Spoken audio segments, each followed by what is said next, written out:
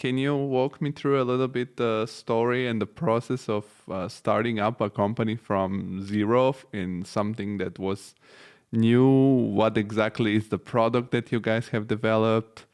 I'm really interested because it's something that, you hear some stories about someone that has a startup or that has done something, but no, not so detailed. It's just so the fancy flair of starting up. So if you can walk us through what was your experience in that field. Yeah, well, now that I think back, starting a company, it's not even a company at the very beginning. Like, I found the approach to building something new, let's call it like this, because everybody's now startups are so popular, right? Everything is called a startup. What is a startup actually? Startup is a small team of people that are able to pull it off quickly and build something that brings a lot of value and that has the potential to scale fast. Unlike small businesses that are called small businesses because they only have a limited scope of work or maybe a limited scope geographically. So startup has the potential to scale. This is the very difference. And startups usually evolve and modify way faster than standard companies. This is why let's say that startups are a bit deprived of processes or that much internal organization at the beginning, because you're always catching up with time, and you always have to be doing the job of, let's say, at least 2 or 3 people within the team. And I found that the approach of architecture is more or less the same, bringing up an idea, an architectural concept to life, has pretty much the similar process to what startups need to do. It's just more complex and it's more complete, because I realized that what was missing when I was in architecture, for me personally, was the overall overview of the situation. So how we would approach architecture was you are giving a brief, right? The client brief, and then you gotta build something around it. But then there were so many little unknowns that maybe the project management or the C-level positions in the architectural company would know, and you will not be given for some reason, which I tend to call a bit bad leadership, because now when I'm working, I tend to always give overview to my team. Okay, we are doing this because there's a customer who so this is something that I was lacking in architecture. Usually when you work in an architectural company and there's this burned out boss that comes in and says, you gotta do this and you're gonna do it now.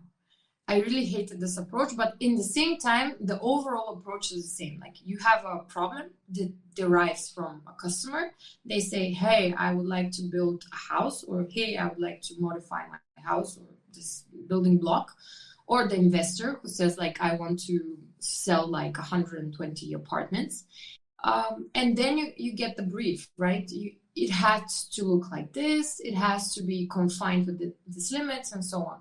You have the same in the startup world. You derive from a problem that is a global problem, mostly, or something that you find problematic, and then you validate with the market.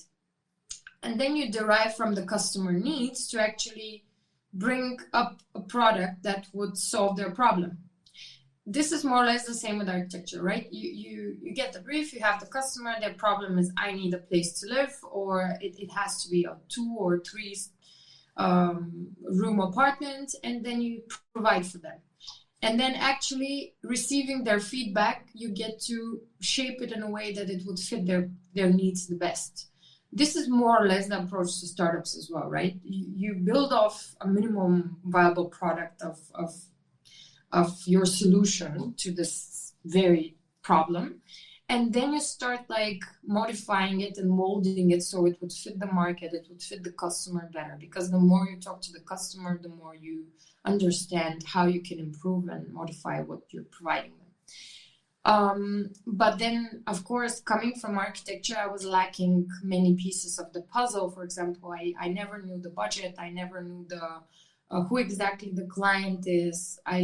Most of the times you don't even get to speak to the client. You probably speak to the C-level people or the sales or the business development team, and they give you the brief. So in this case, what I love is actually having direct contact with the customer and being able to bring the pieces together, meaning that you talk to the customer or the potential customer, they tell you, hey, this is my problem.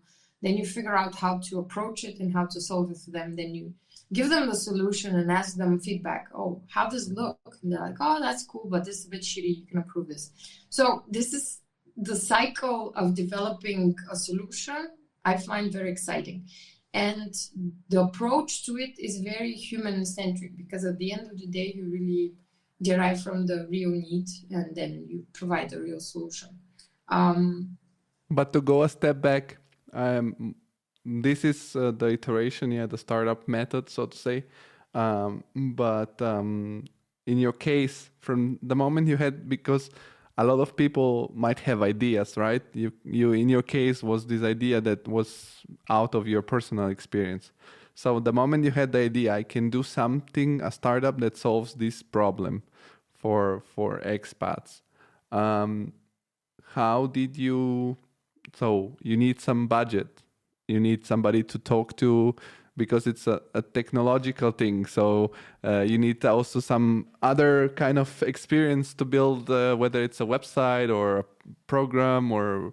So I'm very curious about the very beginning of the moment you had the idea, about from this idea, how you end up with what was your minimal viable product and so on. How did you put the things together? The funny thing is that at the very beginning, the idea was not even...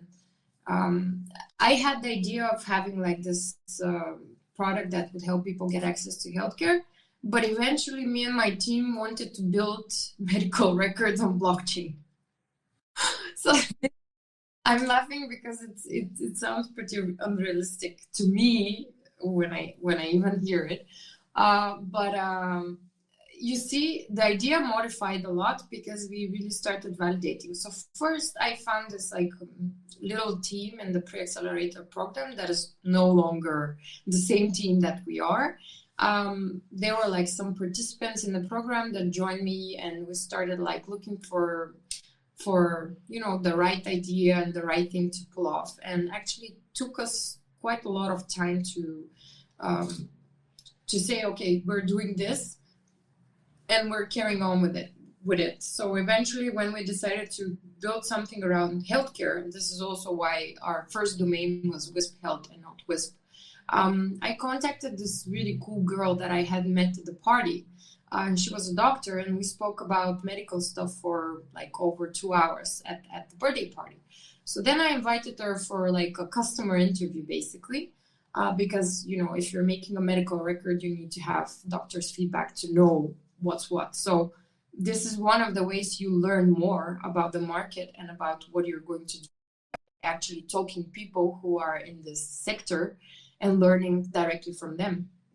So I went to speak to a lot of doctors, and I liked her so much that I was like, you know what? We're doing this pre-accelerator program, and it's called Beyond, by the way. If anybody's interested, you can ping me. And I was like, why don't you join one of the lectures once, and maybe you would be happy to join our team. Maybe it could be useful. And then she was like, yeah, I would love doing this. So basically she joined my team, and until today, we're still co-founders. Basically, she remains in the team, and she's basically the doctor on the team. So at the point when we graduated, I call it graduated, the pre-accelerator program, we had these competitions going on, organized by the pre-accelerator. We went on a European level, like competing with other European teams from this Junior Achievement Network. Basically, there was Junior Achievement European Enterprise, not sure, but yeah, it was something like a competition, right? Yeah. And we participated, we won some awards from Microsoft. So basically we earned some cash, little cash back then. How did you participate? What do you show up? So basically we had to pitch. This is how you present your startup usually to the world. So it was just a presentation, was like, this is our idea, we would love to do this, but currently we're not being able to do anything of this. No, because we had already managed to build a little website with a landing page where we would start like collecting how do you say, interest. So basically we had a little contact form and people would subscribe to ask us questions or just to validate if there's some interest. And back in the time, I had some idea of how this could look like. And back in the time, I had a very architectural approach towards what I would do because I would go very visual. And I found myself back in the days really focusing on the graphics, on the detail, on how I would actually make this landing page look like and so on. So now I have changed because you have to be way more lean and dirty and not waste so much time on detail. So yeah, I was like approaching it from a very visual perspective. I would always like draw it or put it on paper, and I was like, I think it could look like this. Let's see if it would work like this. Eventually, the niche and the product that we chose to pull off happened to be quite challenging because it's a niche market. So basically, you're targeting this very small funnel of people who would only relocate sometimes, right? There's not like people buying t-shirts every day, and like you have this very niche segment and a very niche market. But I had the notion that this makes us very much different from everything else that there's on the market, and I found it brilliant to find a solution for this, because what I was lacking before in my life was a cause, right? We're building all these beautiful buildings, but where's the cause? Whereas we're building a product that is going to really facilitate people move and travel around stress-free. This is like, whoa, if this happens on a global level, we have done something meaningful for society, right? And people are going to be happy with this. So this was the goal. And this was like the first thing I learned for startups. You need to have a vision and a mission, right? So the mission tells you where you want to be in 5 years, and the vision tells you how you want to go there. And this really helped me figure out, hey, right, where do we want to be in 5 years? How do we want the product to look like? So we started like drawing all these little schemes, typically for an architect, like little diagrams showing like how the process would look like. Then eventually I grew to learn that there's like the thing called UX, so user experience and user design, which follows the user behavior until the point you reach an outcome. So basically, everything in a website is built around user behavior. How do you interact with a website in a way that it will be easier for you to log in a way that it will be the easiest thing in the world to make a payment, and so on. So again, like it was like building a building, but it was not really a physical thing. It was a digital thing. And one of the points where I loved going away from the world of architecture is that there's nothing tangible, like physically tangible anymore. Because it's one thing to have to deal with construction workers at the site.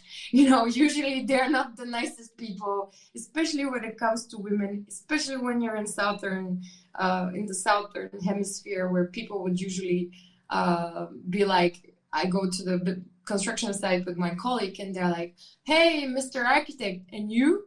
And I'm like, I'm the other architect. And they're like, all right, you girl, right? Like the attitude was different because it's very physical and you get to work with people offline. Whereas I was really trying to escape this world and build something in the digital environment.